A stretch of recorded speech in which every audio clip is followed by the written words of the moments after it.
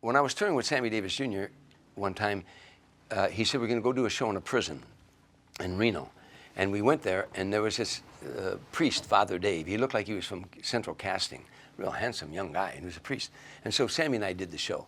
Now, 2 years later, I'm in Reno by myself performing, and the priest contacted me. He said, Tommy, he was at a minimum security prison then. He said, now I'm at a maximum security prison. Would you come and perform? And I had done a lot of prisons with Tim Reed. We worked prisons, and I know those shows are wonderful. The audiences are great.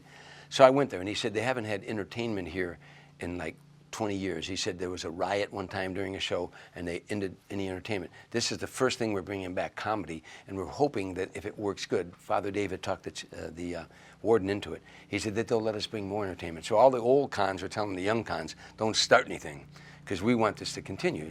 So I did the show, and I've got a picture somewhere at home where the guards were up in a tower and looked down into the yard, and I'm performing for all these convicts, you know. Well, afterward, the priest said to me, Father Dave said, would you come up on death row with me, if you don't mind? He said they couldn't see the show, of course. He said, they know you're here. So I went up and I met the prisoners on death row. And one guy came around the corner, a little blonde-haired, blue-eyed kid. He looked like he was a surfer.